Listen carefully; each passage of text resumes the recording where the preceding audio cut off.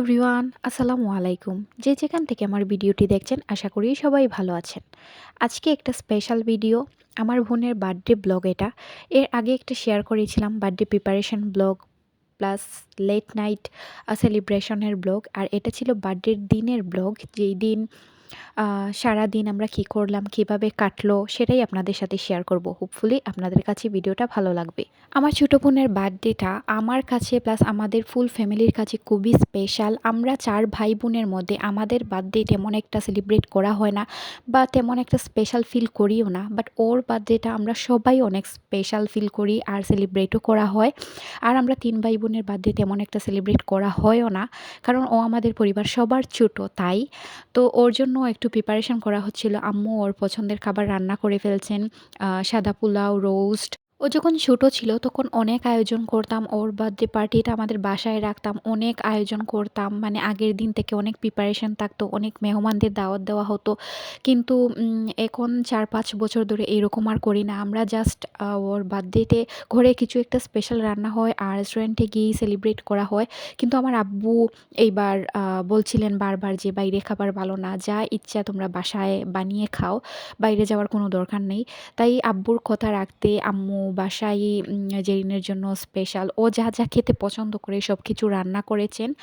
আর বাইরে শুধু আমরা যাব, নেক্সট ভিডিওতে ওটা শেয়ার করব যে রাতে আমরা কীভাবে ওর বার্থডেটা সেলিব্রেট করলাম সব কিছুই। তো দিনে আম্মু ওর পছন্দের সব খাবারই রান্না করেছেন। ও রোস্ট পোলাও খেতে ভালোবাসে, সেগুলো রান্না করেছেন। আর লেট নাইট সেলিব্রেট যেটা করেছিল আগের দিন আমি ওকে গ্রিল রুটি ওগুলা বানিয়ে খাওয়িয়েছিলাম, কারণ ও চেয়েছিল তাই।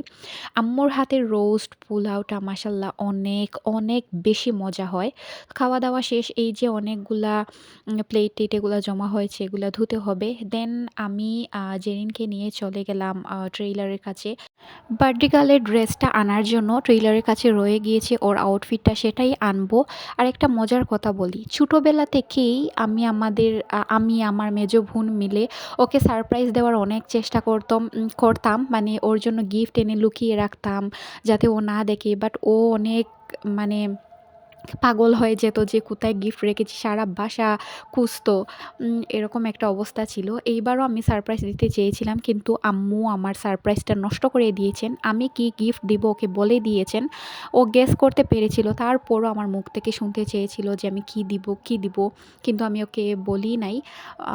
তারপরও ও গেস করে ফেলেছিল, তো কি আর করার, আম্মু যেহেতু বলে দিয়েছেন। নেক্সট টাইম থেকে আম্মুকেও আমি বলবো না যে ওকে আমি কি গিফট দিব। তো এই ছিল জেরিনের outfit, birthday outfit, white colour. এইবারে থিমটা ছিল হোয়াইট কেক, ও কাস্টমাইজ করে বানিয়ে নিয়েছে। এই তো আমাদের আউটফিটগুলো বের করে নিয়েছি, কেকটা চলে এসেছে। আমাদের প্ল্যান ছিল অন্য কিছু, বাট কেক আসতে লেট করে ফেলে সন্ধ্যার পর। তো নেক্সট ভিডিওতে শেয়ার করব ওর বার্থডেটা আমরা কিভাবে সেলিব্রেট করি, কি করি না করি, সব কিছুই থাকবে নেক্সট ব্লগে। তো আজকের ভিডিওটা এই পর্যন্তই। থ্যাংকস ফর ওয়াচিং অ্যান্ড আসসালামু আলাইকুম এভরিওয়ান, বাই।